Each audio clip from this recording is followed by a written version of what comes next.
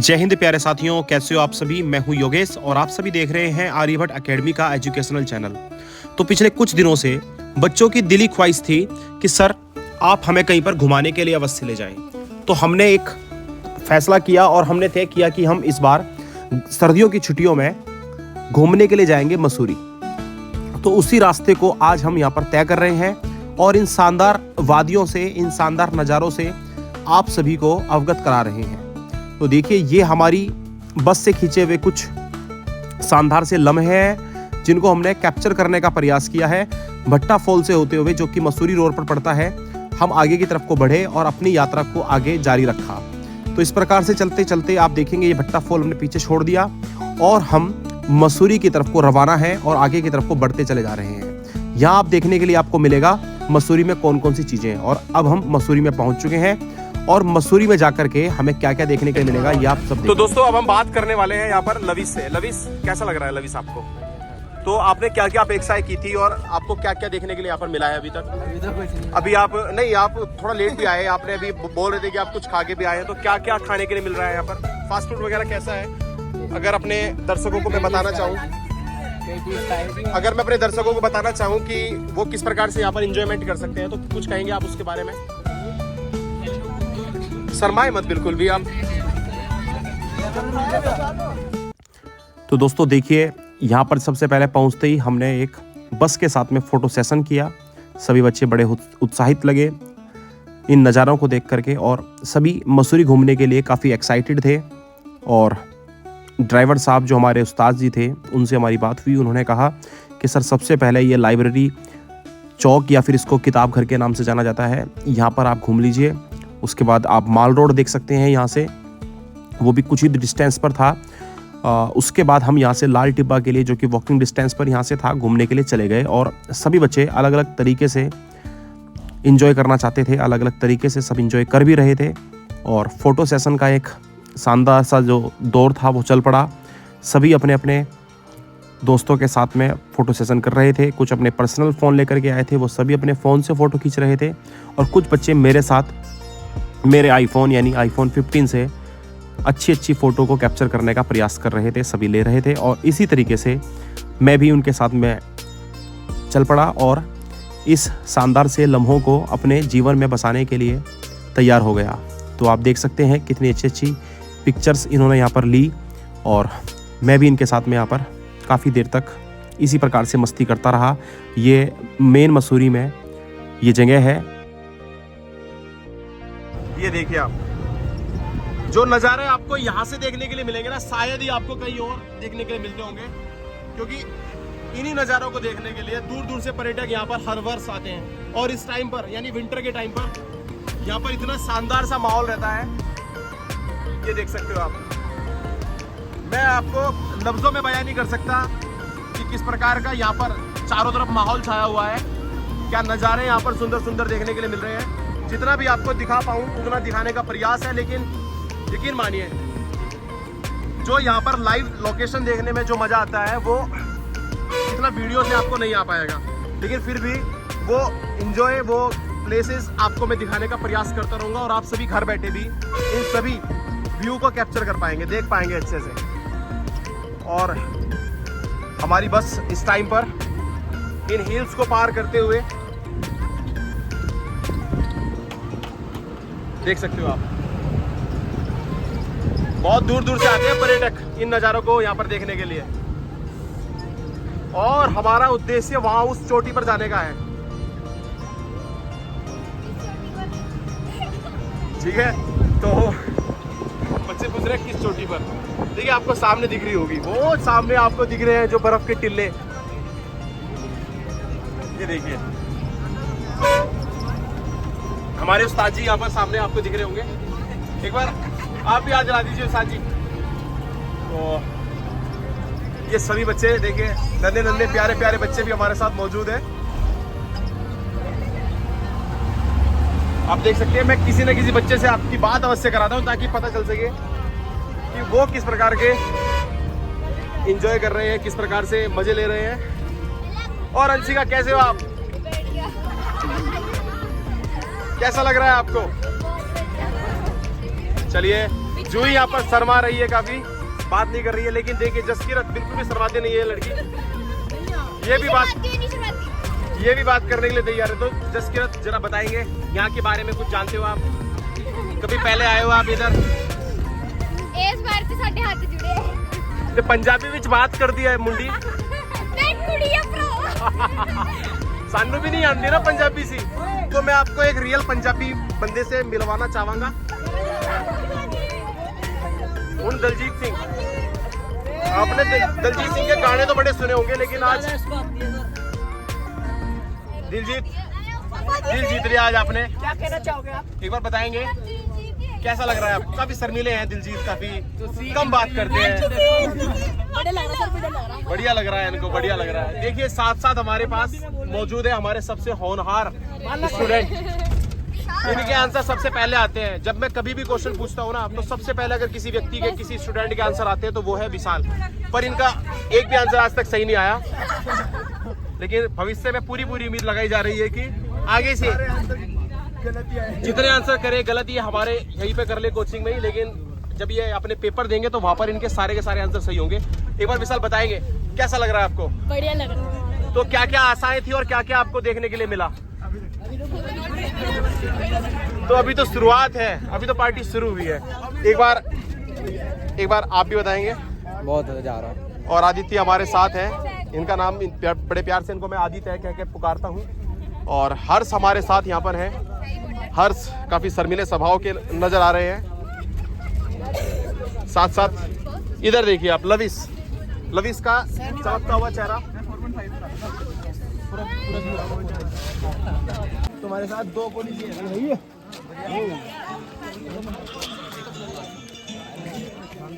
अब क्या चल रही है?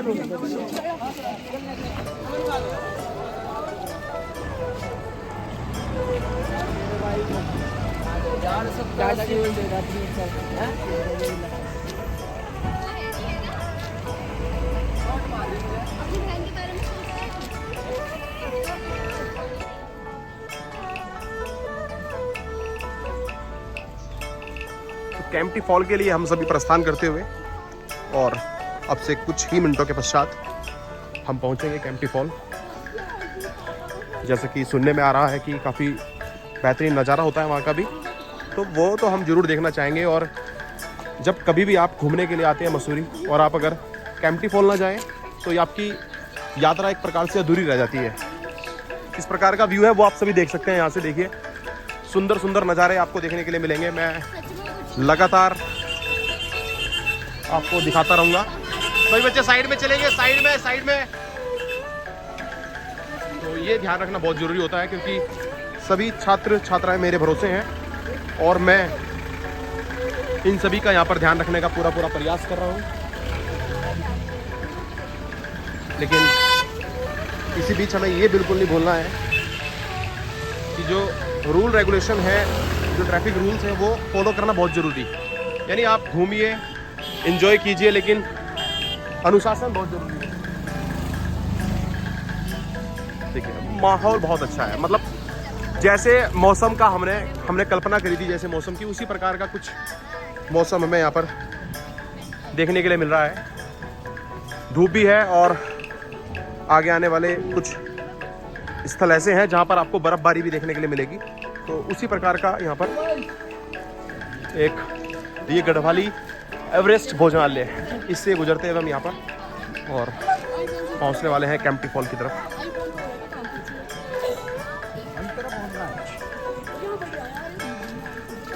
चलिए बच्चों। जी हाँ दोस्तों, इसी लम्हे की बात कर रहा था मैं और इसी प्लेस की बात कर रहा था। ये है वो कैंपटी फॉल, जिसके बारे में बहुत दिनों से हम सुन रहे थे और आज देखने का अवसर प्राप्त हुआ। देख सकते हो आप। तो अगर आपसे कोई पूछता है कि यहाँ किस मौसम में जाना सही रहेगा, तो मैं तो यही कहूँगा कि आप किसी भी मौसम में यहाँ पर जा सकते हैं। जो जितने एडवेंचर यहाँ पर देखने के लिए आपको मिलेंगे, जितना कुछ यहाँ पर देखने के लिए मिलेगा, आपको आनंद आ जाएगा। आप यकीन मान के चलें, ये जो पानी ऊपर से गिरता हुआ आपको नज़र आ रहा है ना, इसकी जो आवाज़ होती है, इसकी जो ठंडी ठंडी फुहार होती है, वो जब चेहरे पर गिरती है ना, तो एक अलग ही आनंद की अनुभूति होती है। और उसके बाद यहाँ पर जो फोटो सेशन होता है ना, वो एक अलग ही लेवल का माइंड सेट कर देता है, एक पॉजिटिविटी आपके दिमाग में लेकर के आता है। तो मैं कैसे पीछे रह सकता था, मैंने भी वही प्रयास किया कि ज़्यादा से ज़्यादा यहाँ पर फ़ोटो खींच लिए जाए, फ़ोटो कैप्चर कर लिए जाए। आप देख सकते हो, और मैं ही नहीं, मेरे जितने भी स्टूडेंट थे वो सभी मेरे साथ इस बेहतरीन लम्हों का लुत्फ़ उठाना चाहते थे। मैं विपुल से आपसे मिलवाता हूँ। देखिए, विपुल है मेरे साथ में, और इसके बाद गीतिका, और इसी प्रकार से आगे क्रम को बढ़ाते हुए गुंजन ने मेरा साथ दिया। गुंजन यहाँ पर फ़ोटो खिंचाने के लिए मेरे साथ आई। फिर नमन पीछे कैसे रह सकते थे, नमन भी आगे आए और नमन ने भी यहाँ पर मेरे साथ एक फ़ोटो लिया। बाद में रिया का नंबर था। रिया बड़ी चुलबुली लड़की है, बहुत कोशिश करती है कि अच्छे से चीज़ों को कवर कर पाए। बीच में कनिष्क का यहाँ पर प्रवेश हुआ, और कनिष्क बहुत अच्छे लड़के हैं। बाद में सभी बच्चों ने, जो भी मेरे साथ यहाँ पर थे, उन सब ने एक ग्रुप फ़ोटो भी किया, और आप देख सकते हैं कितना एंजॉय कर रहे हैं सभी बच्चे। यानी इन लम्हों को किसी न किसी प्रकार से दिमाग के अंदर बसाना, हृदय में बसाना चाहते थे। यहाँ पर आप सभी देख सकते हैं, ये सभी प्यारे प्यारे मासूम मासूम चेहरे मेरे साथ में आपको दिखाई देंगे। क्लास 12th की ये लड़कियाँ, ये क्लास 10th के बच्चे हैं, और सभी बड़ा आनंद यहाँ पर ले रहे हैं। तो प्यारे साथियों, इस यात्रा के सबसे मनमोहक दृश्य अब आपको यहाँ से नजर आने वाले हैं। उन सभी से आपका परिचय होने वाला है, क्योंकि अब हम पहुंच चुके हैं कद्दू खाल। कद्दू खाल से लगभग 2 किलोमीटर की डिस्टेंस पर माता सुरकंडा देवी का एक भव्य मंदिर है, जहां पर जाने की हर यात्री की, हर श्रद्धालु की इच्छा रहती है, और हर भक्त इस मंदिर तक पहुंचना चाहता है। इस मंदिर तक पहुंचने के लिए आप यूं तो रोपवे का भी सहारा ले सकते हो। लगभग 205 या 210 रुपए के आसपास का टिकट रहता है इसका, लेकिन जो मजा यहाँ से पैदल यात्रा करने में आता है ना, वो आपको रोपवे के जरिए भी नहीं मिल पाएगा। जो नज़ारे आपको यहाँ से देखने के लिए मिलेंगे ना, वो शायद ही कहीं पर आपको देखने के लिए मिल पाएंगे। यहाँ से आप प्रसाद ले सकते हैं, और प्रसाद लेकर के आप मंदिर में जा सकते हैं। नीचे ही ये स्थान है, ये दुकानें हैं छोटी छोटी, क्योंकि ऊपर उतनी ऊंचाई पर इन दुकानों को स्थापित करना बहुत मुश्किल काम है, बहुत मुश्किल रह जाता है वो। तो यहाँ से आप लोग सब लेकर के जा सकते हो। और बाकी नेचर की बात करें तो आप देख सकते हैं, ये सबसे टॉप से लिए गए शॉट्स हैं, सबसे टॉप से इन वीडियो को यहाँ पर, इन दृश्यों को यहाँ पर लिया गया है। तो आप देख सकते हैं कितने खूबसूरत ये नज़ारे आपको यहाँ से नजर आएंगे। प्यारे साथियों, माता सुरकंडा देवी के इस मंदिर की स्थापना के पीछे का जो इतिहास है ना, वो जानना भी अति आवश्यक बन जाता है। ऐसा कहा जाता है कि सतयुग में जो राजा दक्ष थे ना, उनकी पुत्री थी सती, और सती को भगवान भोलेनाथ बड़े पसंद आ गए थे, और वो उन्हीं से विवाह करना चाहती थी। लेकिन दक्ष जो थे वो उनके बिल्कुल खिलाफ थे, और दक्ष जो है वो, राजा दक्ष, भगवान भोलेनाथ को बिल्कुल भी पसंद नहीं करते थे।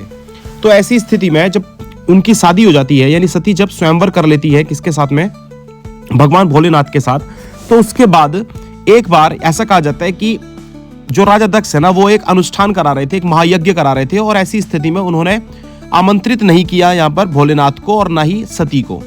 बाकी सारे ब्रह्मांड में जितने भी लोग थे, या जितने भी उस टाइम पर देवी देवता थे, सबको आमंत्रित किया गया था। लेकिन किसको आमंत्रित नहीं किया था? अपने सगे दामाद को, यानी भोलेनाथ जी को ही आमंत्रित उसमें नहीं किया गया। तो ऐसी स्थिति में जो सती थी ना, माता सती, वो भगवान से कहती है कि आप भी चलिए वहां पर। तो भगवान भोलेनाथ मना कर देते हैं जाने के लिए, क्योंकि कहते हैं कि हमें कोई निमंत्रण नहीं मिला है। तो माता सती कहती है कि हमें निमंत्रण की क्या आवश्यकता है, हम तो, वो तो मेरा घर है, वो तो मेरा मायका है, तो मायके से मुझे निमंत्रण की आवश्यकता ही नहीं है। तो जब ऐसी बात होती है तो माता सती आ जाती है उस अनुष्ठान में, और राजा दक्ष से पूछती है कि आपने मेरे पति को आमंत्रित क्यों नहीं किया। ऐसे में राजा दक्ष जो थे वो माता सती की भी और साथ साथ भोलेनाथ की भी अवहेलना करते हैं। ऐसे में माता सती जो है वो उसी अनुष्ठान, उसी यज्ञ में अपने प्राणों की आहुति दे देती है, और ऐसे में भगवान शिव जो है ना, वो तांडव करते हुए पूरे ब्रह्मांड में माता सती के उस शव को उठा करके पूरे ब्रह्मांड में घूमते हैं, भ्रमण करते हैं। और ऐसे में भगवान शिव को शांत करना बड़ा जरूरी था, तो उसके लिए भगवान विष्णु का सहारा लिया जाता है, और भगवान विष्णु अपने चक्र के माध्यम से माता सती के उस देह शरीर के पूरे 51 पार्ट कर देते हैं, 51 हिस्से कर देते हैं। उन 51 हिस्सों से 51 शक्तिपीठ यानी सिद्ध पीठों की स्थापना हो पाई। और ऐसा कहा जाता है कि माता सती का सिर जिस स्थान पर खंडित हुआ था, यानी कि गिरा था, उस स्थान को सुरकंडा देवी के नाम से जाना जाता है। तो ये रही इसके पीछे की कहानी। तो देखिए दोस्तों, इस कड़ी मशक्कत के बाद सुरकंडा देवी के मंदिर में पहुंचते हुए, और यहाँ पर अभी हमने दर्शन किए हैं मंदिर के। आप यकीन मान के चले कि इतना भव्य मंदिर है ना ये, आप अगर यहाँ पहुँचते हैं तो आपको बिल्कुल भी, देखो स्टार्टिंग में जब आप चढ़ते हो तो आपको ऐसा लगता है कि आप बहुत थक जाओगे, लेकिन यहाँ आने के बाद जो सुकून मिलता है ना वो वाकई देखने लायक होता है। इतने ऊपर से इतना शानदार नज़ारा देखने को अगर मिल जाए तो ये समझ लीजिए कि आपका जो जीवन है ना वो सफल हो गया एक प्रकार से। ये देखिए, हाँ मैं आपको दिखाता हूँ हम कहाँ से आए हैं। ये देखिए, ये सामने आपको सड़क दिख रही है ना, वहाँ से हम पैदल आ रहे हैं और ये ऐसे करते करते यहाँ तक, ये बिल्कुल टॉप पे है हम अभी। देखिए ये आपको सड़क दिख रही होगी यहाँ से, ये रास्ता है, यहाँ पे पहुँचना है अभी। और इतना मज़ा आ रहा है ना यहाँ पर आकर के, आप यकीन मान के चले मेरे जितने भी मेरे यहाँ पर स्टूडेंट हैं वो सारे के सारे बिल्कुल खुश हो चुके हैं और जो जिस प्रकार का वो व्यू चाहते थे उसी प्रकार का व्यू जा करके उन्हें मिल पाया है। और यहाँ पे आप कुछ देर में बर्फबारी भी होने वाली है और अभी यहाँ कुछ देर पहले भी यहाँ पर बर्फबारी हुई तो उसके भी यहाँ पर हमें कुछ ना कुछ एविडेंस मिले हैं, सबूत मिले हैं। ये देखिए, आप ये देख लीजिए, ये रोपवे के जरिए भी जो लोग, जो श्रद्धालु यहाँ पर पैदल चल कर नहीं आ पाते वो रोपवे से आ सकते हैं इस प्रकार से। लेकिन आपको यकीन माने हम जितने भी स्टूडेंट थे सारे के सारे बिल्कुल पैदल यात्रा सबने की है और इतनी प्रशंसा हुई है ना मैं आकर के। स्टार्टिंग में तो बहुत सारे बच्चे हार मानने के लिए तैयार थे, यहाँ तक कि मुझे भी ऐसा लग रहा था उस टाइम पर कि शायद हम वापस चले जाना चाहिए या फिर हम रुक जाएं यहीं पर और आगे शायद हम ना चढ़ पाएँ। लेकिन आप देख सकते हो मेरी सांस फूली हुई है और इससे आप अंदाज़ा लगा सकते हो कि ये कितना एक अद्भुत नज़ारा है, कितना शानदार सा नज़ारा है। देखिए सनसेट कितना अच्छा लग रहा है यहाँ से, आप यकीन मान के चले, मज़ा आ रहा है पूरा। ये देखिए मैं आपको दिखाता हूँ, इतना शानदार यहाँ पर ये नज़ारा, इतना अच्छा व्यू है, क्या कहें अब आपसे। देखिए सर्दी बहुत ज़्यादा है, अभी ये जो मैंने स्वेटर उतारी हुई ना उसके पीछे का सिर्फ और सिर्फ एक रीज़न है, क्योंकि हम चढ़ करके आए हैं यहाँ से, तो उसके कारण हमें कभी कभी ऐसा लग रहा है कि जैसे हम बहुत थकान महसूस कर रहे हैं। लेकिन आप यकीन मान के चलें, यहाँ करके आपकी सारी थकान दूर हो जाएगी और अब जब आप नीचे जाओगे ना तो एक अलग अनुभूति आपको यहाँ से मिलेगी। एक बार मंदिर के दर्शन की अवश्य कराइए। ऐसा कहा जाता है कि यहाँ से चारों धाम जो है ना वो दिखते हैं। देखिए अभी फिलहाल इतनी ज़्यादा यहाँ पर आपको व्यू दिखेगा, इतना ज़्यादा धुंध दिखेगी जिसके कारण से चारों धाम तो नज़र नहीं आते, बर्फबारी होती रहती है जिस कारण से सारी की सारी जो पहाड़ियाँ हैं वो ढकी हुई हैं। लेकिन ये एक ऐसा मंदिर है जहाँ से आप चारों धामों के दर्शन कर सकते हो।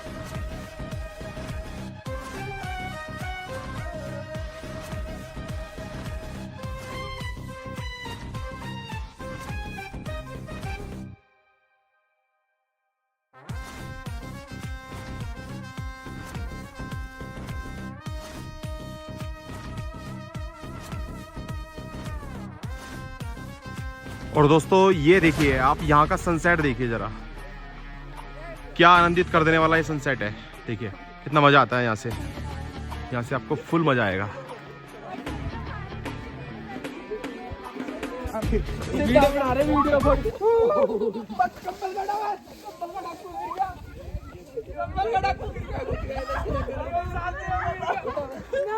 और ये यात्रा के अंत में गीतिका नीचे गिर गई, देखिए।